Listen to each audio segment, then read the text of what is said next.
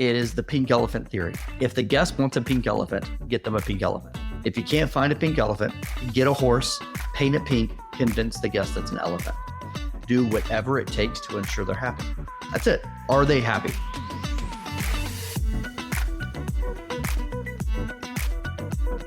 You are back. I am Chris Adams. We are on the Pink Elephant Podcast. Have an exciting day today planned for you. We have Caroline Callaway with us with Bolt PR, which is, I think, I'm intrigued to ask a bunch of questions about. I think PR is one of those things that everybody wishes they had. They don't know what to do with it. Am I doing the right thing? And so we're gonna get a few minutes to pick her brain, talk about the business as well as just how did you get here. And so, Caroline, thanks so much for joining us. Oh my goodness, Chris, thank you for having me. I'm so looking forward to the conversation. So let me ask you a question. We're in the middle of summer right now. Where are you today? I am sitting at my desk in Dallas, and I am on the edge of my seat because tomorrow kids go back to school and I get my days back, and I'm really looking forward to that. It's one of those, I love the kids so much, but man, it is nice to see them go back to learn. That is for sure, It right? sure is. Are you guys dealing with like this insane heat wave? Oh, Chris, it has been outrageous. I mean, I think it's been 30 days straight above 100 degrees. It is I, overwhelming. it's crazy. So being on the West Coast, I'll be honest with you, it's actually been pleasant. And so we were in LA. I was in LA for a good little stretch, working on a project there and home. And then I went to Chicago for something, expecting this heat wave to smack me. And instead it was unbelievable weather. There was a breeze. I was like, oh my God, I hit the jackpot on this. I jumped on a plane and I got to Florida. Well, everything that I thought I had missed officially hit me. They opened the plane door, and it was literally I had to like cut through a secondary door of just heat and humidity, and I was like, oh my God, I could not do this every day. So I feel for you having to struggle through that there in Texas, but hopefully it's coming to an end soon. Here's hoping. And where are you So today? You travel around the globe. Where are you? I am. I'm actually in Florida. I am at a beautiful property, one of my favorite properties actually, in Florida right now. I'm at a Ritz-Carlton. And so thankfully I'm inside watching how hot it is outside, at a gorgeous property. So I'm not mad about it right now. That's for sure. That sounds amazing. All right. So let's dig in here. So let's first start. Let's tell people Bolt PR. How long have you been around? What do you guys do? Let's start there and then we'll work our way backwards. Amazing. You're starting with my favorite topic. So I founded Bolt PR 17 years ago, if you can believe that. And we started on the West Coast. I was in Orange County. And over the years, we grew to 4 offices across the country: Orange County, Dallas, Raleigh, and Pittsburgh. And then post pandemic, we became location agnostic. We're now a remote first agency, and we have team members in nearly every major market around the country. So we work in PR, your traditional public relations, your media relations, influencer relations. And then we also, over the years, have built an entire digital marketing department. So we have seen how the industry has evolved, and we know how important integrated communications is today. What we're doing on the PR side needs to be amplified. It needs to be broadcast on owned channels. We need to make the most of that coverage and those opportunities. So we're a fully integrated agency today, and we work across a few key categories, including hospitality, B2B tech, consumer products and tech, health, sports and wellness, and franchising, food and beverage, and multi-unit locations. That's awesome. I have a couple of questions. The first one I'm going to say is really talking about the fact that you've gone to kind of being a remote company, and we've done the same thing. So we have people spread out across the globe. How has that impacted the business? What pros and cons have you found with now having this? Because I have on my side, there's pros and cons to it. So I'm curious if you deal with the same thing. Yeah, oh, there definitely is. There's a lot, especially for junior employees, that they used to learn through osmosis, just being in the office, being exposed to conversations. We don't have that benefit anymore, that advantage for them. But we combat that by doing very intentional meetings where We are all on camera and it's a working session and we have a specific agenda item. It might be a plan we're building or it's a brainstorm. And the intention is just talk out loud. What talk like you would if we were sitting in an office, be typing as we go, just make it as authentic as you can. So that's one approach. It's never going to compare to being in an office 8 hours a No. day and having that exposure. So that's been the biggest disadvantage. Yeah, we same thing for us. There's the advantage of the fact that you're giving people the freedom and flexibility to kind of be where they want, which everyone loves. But then Yeah. there's a part of me which I don't know if it's just being old school that I love being able to go into an office, see people face to face, pop into someone else's office, throw an idea against the board. There's just something about that that I miss. I'll be honest, and we still have offices, but rarely anyone's actually at the offices, and so it's an interesting transition going from being at the workplace to kind of doing it on camera every few days. So good to see I'm not the only one dealing with it. Definitely not. And do y'all use Slack in your organization or one of those types of tools? Kind of. We've jumped onto Microsoft Teams. So we're a Mac company, so everything we use is Mac. But then a lot of our clients use Teams, so it kind of forced our hand to use Microsoft Teams and integrate it into what we do. So it's kind of a weird hybrid of the two that we're using. That makes sense. And we use Slack, and that's been another really good tool in this remote first world because we have channels dedicated to agency education, agency fun, agency updates. We have weekly hits where we just in real time we're putting in all the clips that we're earning for our clients. We have even PR chatter, just what's happening in the industry. So we have these different channels where we celebrate and we talk, and sometimes we are laughing our faces off, each of us, around the country behind our screens, and other times we're just, taking it all in. There's so much evolution, and we have to have that way to communicate. Yeah, talking about the evolution, this was the second question I have. So you've 17 years ago, you said is when you started this, right? Correct.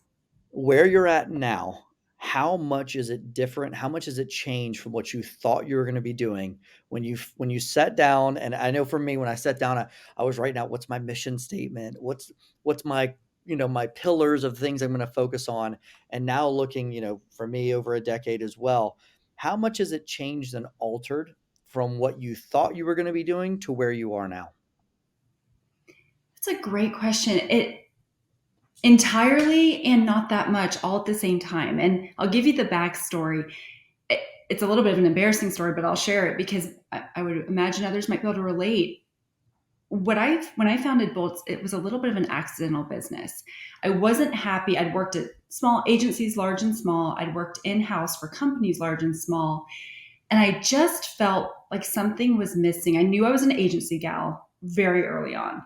I loved the diversity of brands and perspectives, and just every day was so vastly different.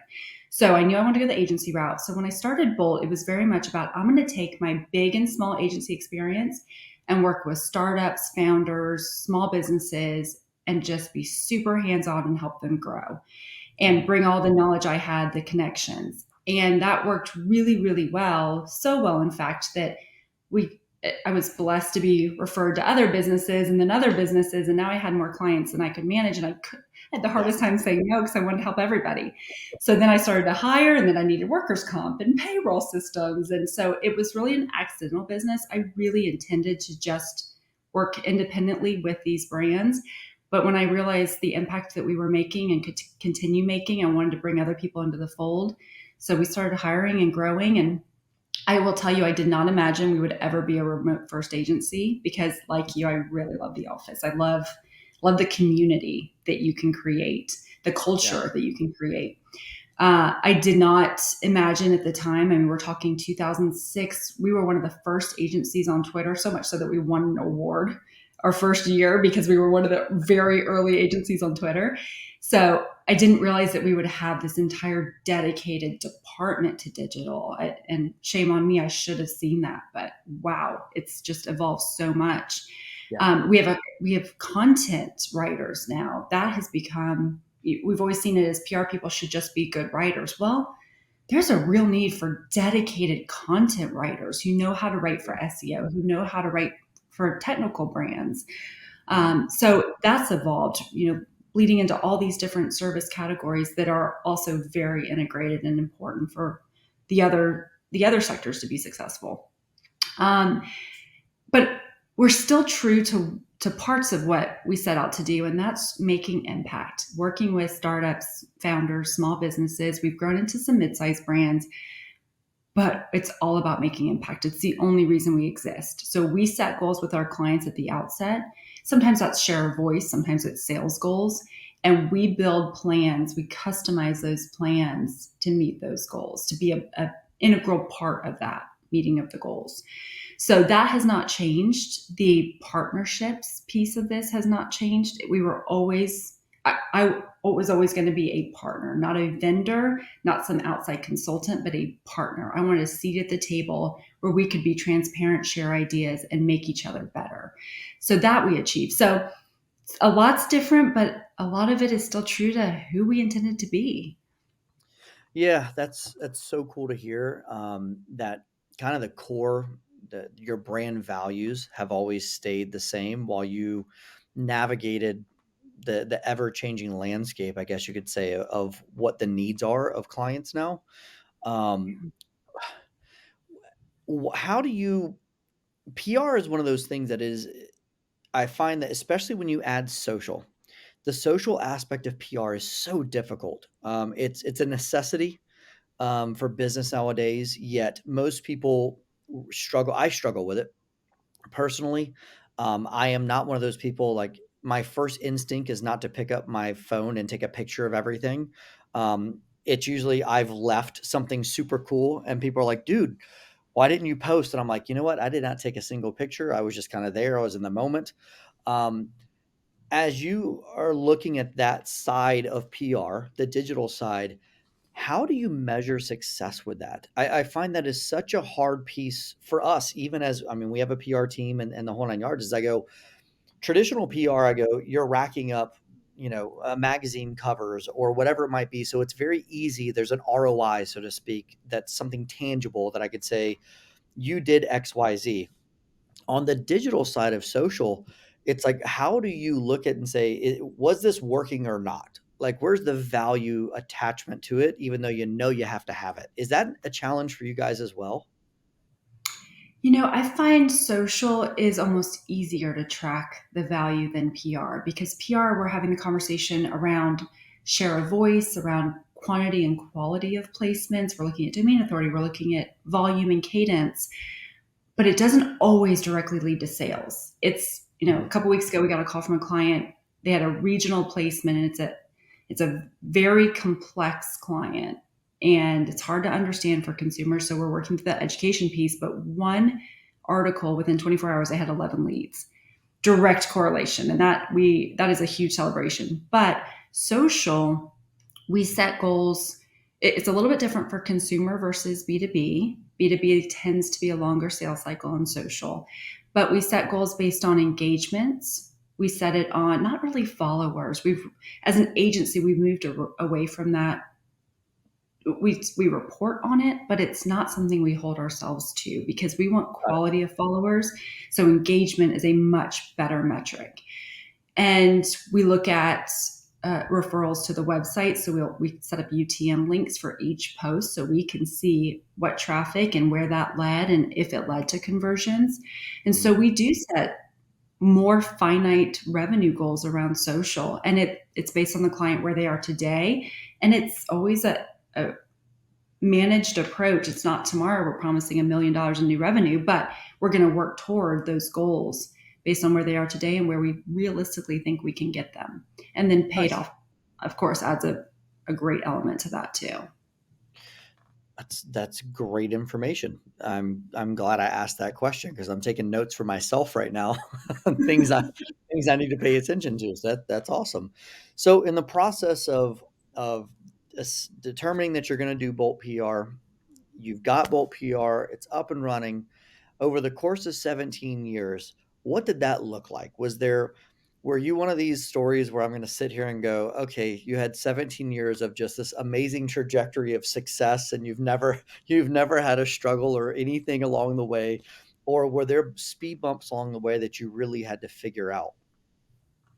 Oh my goodness, there have been so many speed bumps. I did everything wrong, and that's how we finally figured out how to do some things right.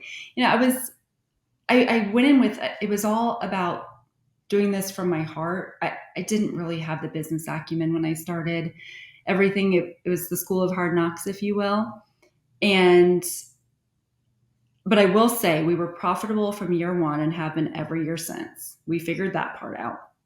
And it when you prioritize people and doing great work together, the speed bumps feel very trivial. They're easy to overcome because you're just honest with people. Hey, made a mistake. Here's how we're going to do this better, and you move on from it. So again, you mentioned this a moment ago. Just staying true to the core values. We're here to do great work with great people. Be authentic every step of the way. Be transparent. Be open. Things work out when you have that mindset. Things just work out. I love that. There's so much, I think, meat of what you just said when I'm a huge leadership and understanding. You brought up that you used the word culture a little bit ago, and culture is one of those things that companies typically do a phenomenal job of the creation of culture, right? They're great at putting down on a piece of paper what their mission statement is, their core values, their pillars, their employee promises, whatever it might be. And where most organizations struggle is the cultivation of that culture. Is are you living it every single day? Are you after you've done that orientation, that onboarding for the new hire, and you've sold them the bill of goods of what you are as a brand? Do they look back 9 months later being with your company and go, yeah, that's exactly who they are. That is who they are at their core. And that's the culture. And I think everything that you're talking about, to me, it screams you have an amazing culture at Bolt PR. Um, and having that foundation, that culture allows you the opportunities that you continue to get and the continued growth and the evolution of your brand because you have a foundation to build off of, and that's very, very exciting to hear that companies like yourself are doing that. Thank you so much. It is number one to us is taking care of our people. We take an empowered leadership approach. Everyone is empowered to make decisions, to build the career they want, to service clients in the way that they know in their heart is the right way to do it, and they will be supported. And it our team is the most incredible group of human beings I've ever had the privilege to work with. And I know that and I protect the heck out of that because I couldn't do this without them. I learned that 17 years ago. I can't do it without a team. And so culture is number one. Everything works once you take care of your people. Everything else falls into place. I couldn't agree more. I mean, I say the same thing about our team. The luckiest guy on the planet that I get to be around them. We actually there's a book, I don't know if you've read it, but Kim Scott wrote a book called Radical Candor. And Mm. it's similar to what you were just talking about, that says that we have open and honest communication, like the good, the bad, the ugly. And I was just doing a workshop for a group and we were talking about radical candor, and someone raised their hand and they said, well, how do you get to that point? Like, how is it okay for you to have those tough conversations that most people don't want to have because they don't want confrontation and whatnot? And for me, it's really simple. The minute that your internal guest, your team, or your external guests, your customers, the minute there's trust, you have the answer. Like the minute your team trusts you, that they know that I always have their best interest. They know that I always have they know that I will go to war for them. They trust me. So my ability to have tough conversations, they know those conversations are coming from a place of love because I refuse to see them fail, and it's a much easier conversation to have. And so it reminds me a lot of what you were saying about you and your team, of just the ability to have that honest communication, and how much, if you don't have that, how difficult it is to move your organization forward. Absolutely. It is because then there's turnover, which creates the internal chaos. It also creates external chaos for clients. That retention is key. And why are we doing this if not for people to enjoy work, to enjoy coming to work, to love what they do and who they do it with? There is no more gratifying outcome in business than that. People who love one another and what they do. That is what we strive for every day. And it's interesting as you talk about trust, because I think that also then begs the question, well, how do you build trust? And you hit one thing right on the head, and that's just leading with love, knowing that you care about these people, you have their best intentions, you won't let them fail. And I also tell my team, egos are put aside. The second you sign on, there is no ego here because none of us are perfect, but together we are the greatest team on the planet. And we just have to be open. We have to be inclusive. We have to consider all perspectives. And for me, that and the care side, the empathy side, the love side. I tell my team all the time, I love you so much. You're amazing. That to me is how you build trust. Do you have, are there other things that come to mind as you think about how you build trust with your team? Um, Listen, um, Mm. their opinion matters. The other thing I say is that I have a group of individuals spread out across the globe that are absolute rock stars that are working their tails off every day to make my dreams come true. And I Mm. never, ever, ever want them to forget about their dreams. And I ask consistently, what do you want to do? Where do you want to be? Don't tell me what I want to hear. Don't tell me what you think you want to do within our organization. When you were 14, what did you want to do? When you were 17, what did you want to do? 5 years ago, what did you want to do? And how can I help you get there? And if that means that it's growing within our company, awesome. If that means that one day you want to open up your own retail shop or you want, how can I help you? And either that, do we become a partner with you? Do we invest in you? Do we give you the tools and understanding as an entrepreneur on how to run a business? But I don't have a bunch of people out there that are just making my dreams come true so I can live this fabulous life. It is my job as their leader to maximize them, to see in them what they don't see in themselves, to put them in positions they never thought they'd be put in and help them get to where they want to be. And I think once you consistently, and I think the word consistently is important. It's not the once a year at the review that you say these things, but once you consistently have your behavior align with what your words are, that trust starts to happen naturally and organically. And I think that's been a big thing that I've had to learn is to make sure that what my heart wanted, my behavior followed. And so that was a big thing because your team sees that, they feel that, and they respond to that. You're so right. And that makes me think of a very specific example of exactly that. We have a team member who was with us for 6 years and he got accepted to law school. And we could have taken the approach of, well, good riddance, we're done with you, you're leaving us. Instead, we celebrated him so big. We had shout outs all over Slack. I personally reached out to him. All of our supervisors, our leadership team reached out to congratulate him. And I was later told by a team member that spoke volumes how we say goodbye more than how we say hello to new employees. It's how we Yeah, smart. celebrate when someone does leave. And so that really made a mark on me. And it's something that we've done for a very, very long time. I actually had another executive share with me celebrate when people leave, show them how appreciated they are. And that stuck with me and something that we've implemented. And the feedback I hear is that that really makes a difference. It means something. It does. It does. And I mean, such great advice you received on in saying that. And you see it in other organizations. I mean, let's be honest, we saw it with the pandemic. When the pandemic Yeah. took hold, we saw people get furloughed, lose their jobs, companies, start to fall apart.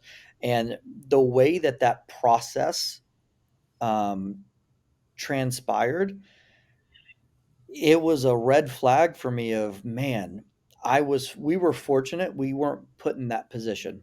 Um, but it made me realize very quickly how you treat people in the good times and the bad times speaks volumes about who you are, your character, and what you truly believe. And I saw a lot of people, a lot of close friends that were treated very differently when their number came up, so to speak, and furlough time, and it hurt my heart for them to see the way that it was handled in some situations with a few different organizations. So couldn't agree more with it, with everything you're saying. That's for sure. I If this doesn't work out for me, I'm applying over at Bolt PR, just so you know. Well, and perhaps vice versa. We sound pretty well aligned. Well, and on the What note of the pandemic, at the outset of the pandemic, I told my team, we are going to fight like heck. We are not letting anyone go. So tell me where you think.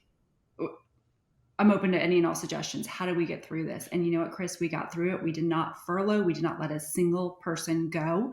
We figured it out. We cut costs where we could, but not people. We got through it. And those people are still with me today. And oh my goodness, what a blessing that they stood by us through those really tough times. Just like you're saying, when you show that consistency through good and bad, they are just the most incredible team members. So we're still standing and stronger than ever. Thank goodness.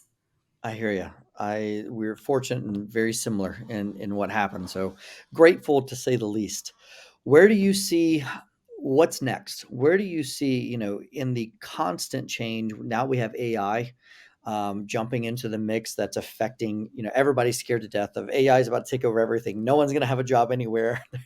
No point for any of us to be around is like the fear that's on the streets. Where do you see the evolution happening with what you do, and how that's going to continue to change and alter based on technology, and probably what the consumer is looking for as well? Yeah, it's a great question, and one we've talked about quite a bit internally. So my stance overall is AI is never going to replace humans. It simply can't. Humans are too complex. We have the heart to lead and to take care of one another. AI will not replace humans in my industry, um, and in many others where that human touch is absolutely critical. So Yeah. we see AI as a tool to be more efficient, to be perhaps faster and more resourceful, but we don't see it as a replacement. So we're using it for different things like reporting tools and dashboards. We're using it for a little bit of idea inspiration. How do Hmm. we enhance the ideas we already have? And then we go back and fine tune further. We're not using it to write copy. We are not using it to replace those key job functions that we have. And I don't foresee that ever happening. I foresee us continuing to be open to how it can help us, but never to replace us. And further to that point, where Bolt PR is going, we will continue to push the boundaries of integration, because that we have seen firsthand is where we can make the most impact. It's not just about getting that press placement. It's what do we do next with that press placement? How do we amplify it? How does it go on every owned channel? And how does it spread and become viral beyond just the platform where it was first published? So we're really looking at how we continue to push integration and how everything we're doing has multiple additional steps for amplification. So that's a big push. And then diversity of our team, of our thinking. And we have global sister agencies through MXP Ventures, which is our holdings company's venture fund, where we're establishing global agency startups. And so continuing to branch out globally as well.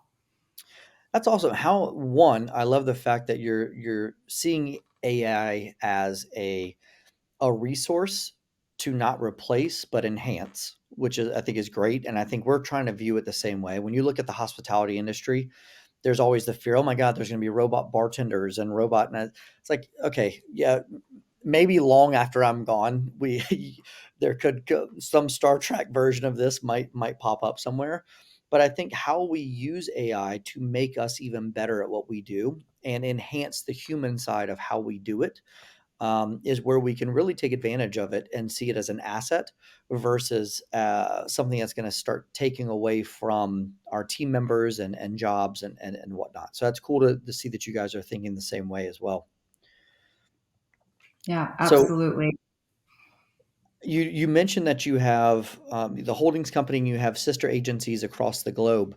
How does that Do you consistently use that to your advantage of picking others' brains in other places, seeing what they're doing, or seeing something they've done that worked really well, and being able to get some time with them to figure out, hey, how did you roll this out? What was the execution like of this?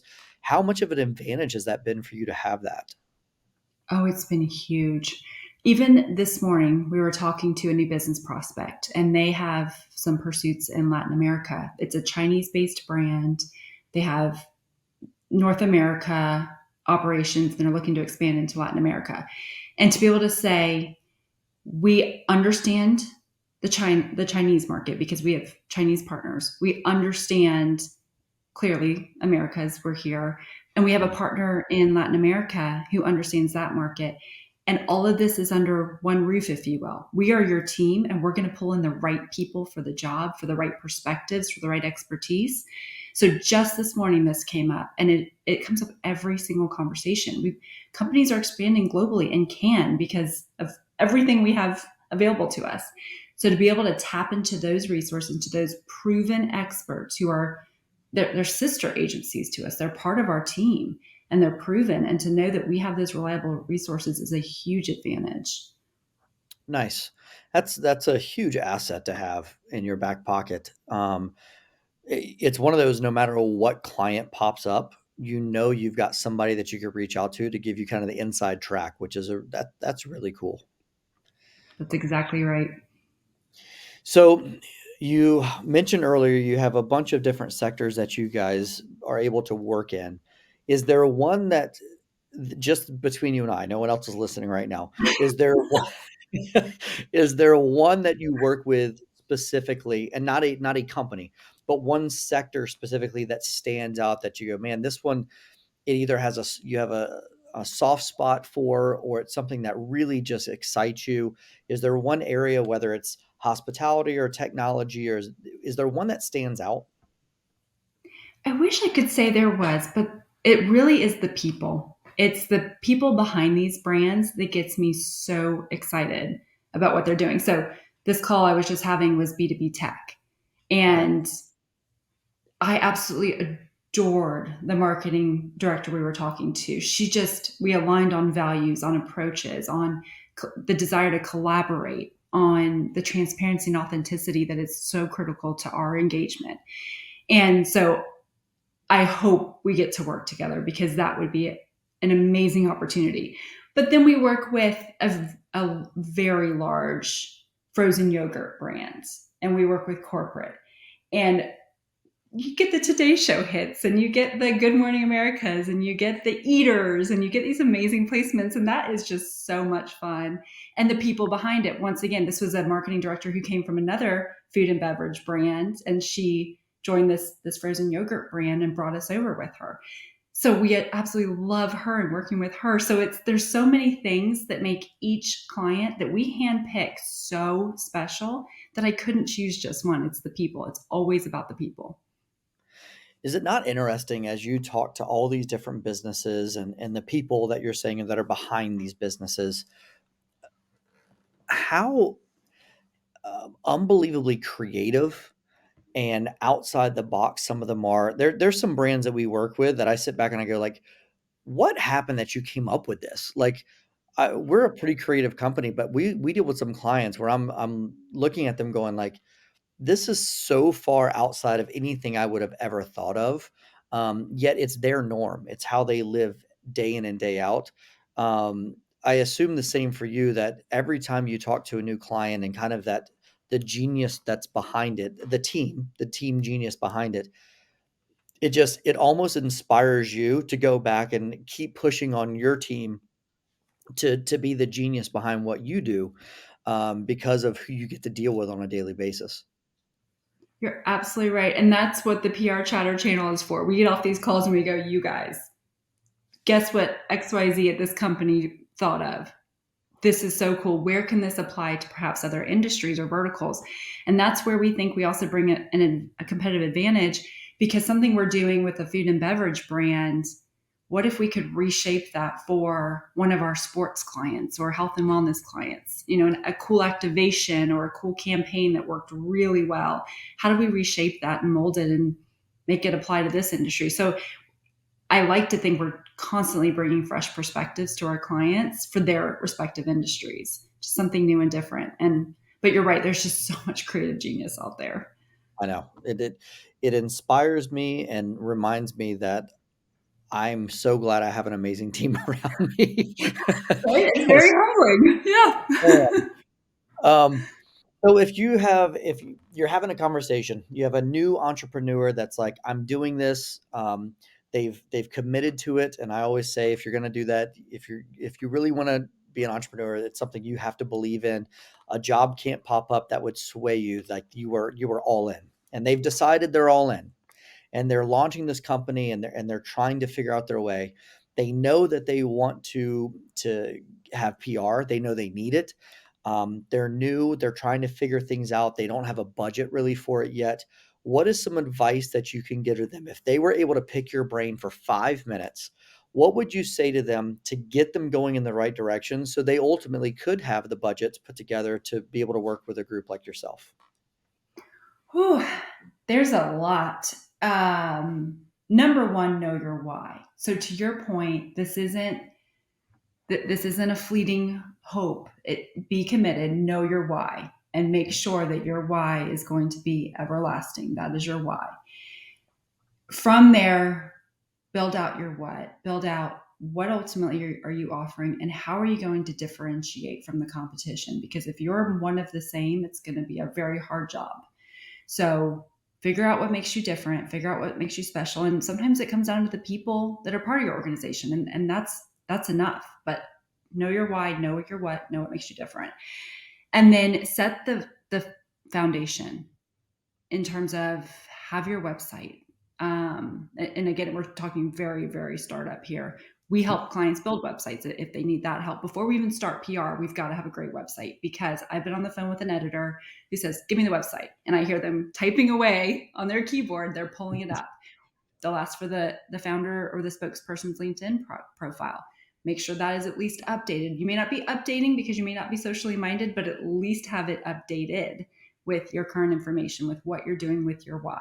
So when I'm Mhm. telling them down the road, when I'm telling an editor who you are, what you're doing, and why, your LinkedIn reflects that. So have your online presence set, at least the foundation, know your why, know where you want to go with it, and short-term goals, long-term goals, and then let's talk about how we support those, where we can fill in, because we're not your end all be all. We can't be that. Yeah. But we can put a plan in place that helps you get to those goals.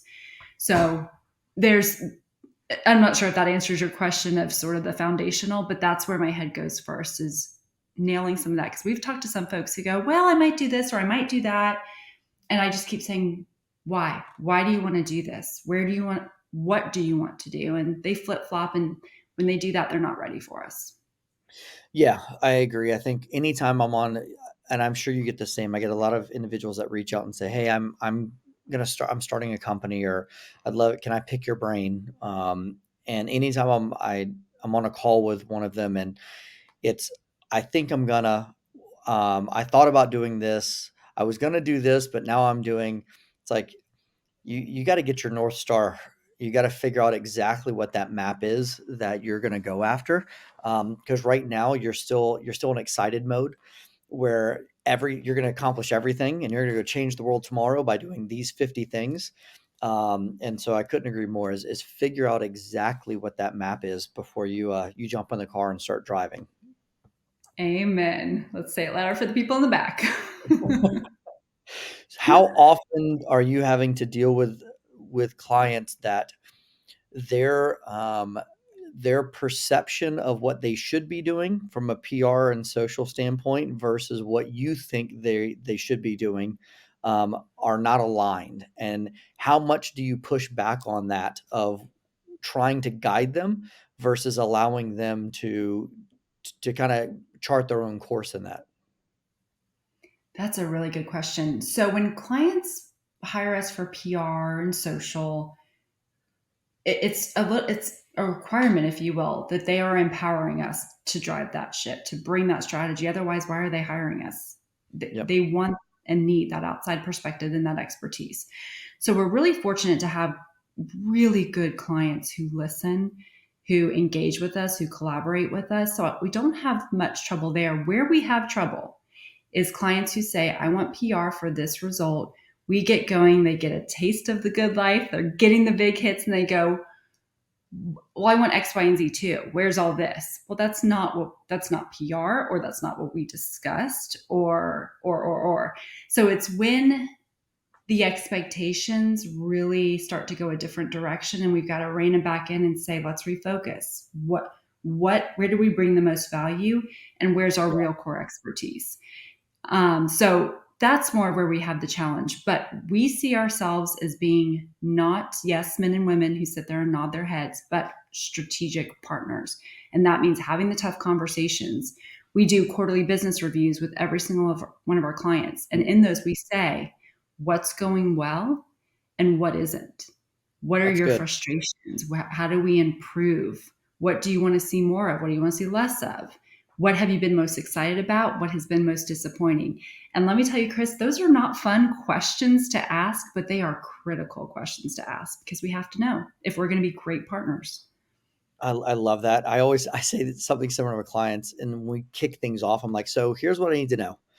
What needs to happen for you and I to be popping bottles of champagne because you call it success? I was like, because I need to understand what your definition of success is for me to be able to make sure that I am exceeding those expectations.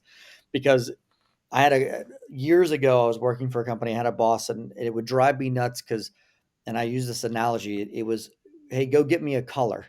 And you kind of look at him and he'd yell, go get me a color. And I'd come back with red and he'd scream, I want a green. I'm like, well, if you just told me green in the first place, I'd have brought you green, but you said bring a color. So I've learned very early on, tell me how you measure success so I can ensure that we're both using the same calculator on this thing. Because otherwise, what I think is successful, you're unhappy with, and now we're missing the mark, and it was unnecessary. So I love the fact that you have these calls and you're asking very specific questions of exactly that. So kudos to you.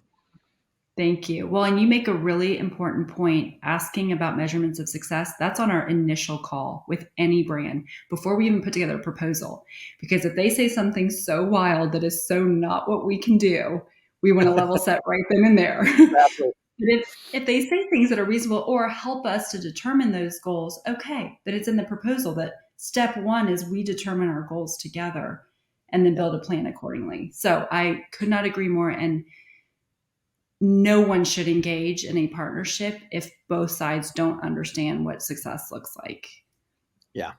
Yep. Yep. Well, all right. So now we're coming to the tail end of this. I need to give people an opportunity that they could engage with you and your team, get more information about your company, or maybe just reach out and say thank you for these types of conversations. So, what is the best way for anyone that's listening or watching to be able to follow you guys or get in touch with you? Thank you so much for asking. So, boltpr.com is our website. And from there, they will find our entire team. We are so proud of our team. Every face is there. And if you click on any of those pictures, you'll go right to our LinkedIn. So, I'm very active on LinkedIn. I don't post nearly as much as I should. That is, I'm Feel you. not like you, not wired for social, but my team is. Thank goodness. That's why they're on the team. But I love to connect on LinkedIn and then boltpr.com. And from there, you can access all of our social channels for the agency as well. I love it. Caroline, thank you so much for letting us get just a few minutes with you. I know you guys are busy and have a lot going on, but you said such the words you had to say were such with such wisdom, and I think important for people to be able to hear as they're trying to figure out their way along this journey and path. You have definitely figured it out. You guys are having tremendous success. I wish you nothing but even more success. I can't wait for us to continue conversations offline about a million other things, I'm sure. Maybe we just start like a monthly podcast. You and I, come on, let's talk Let's business. What's go. going on? What's happening? What's not happening in the industries that we both get to work with? But I appreciate you coming on. Thank you so much. Oh, Chris, thank you so much. This was a blast and would love to continue the conversation. Awesome. Well, everybody that's been watching or listening, thanks for joining us on the Pink Elephant. I am Chris Adams. You could find us at www.ellisadamsgroup.com or at Chris Adams underscore EAG or at Ellis Adams Official. Look forward to seeing everyone, chatting with everyone all week long through social. I will do my best, I promise, to actually be on social and engage with everyone. Otherwise, we'll see you next week.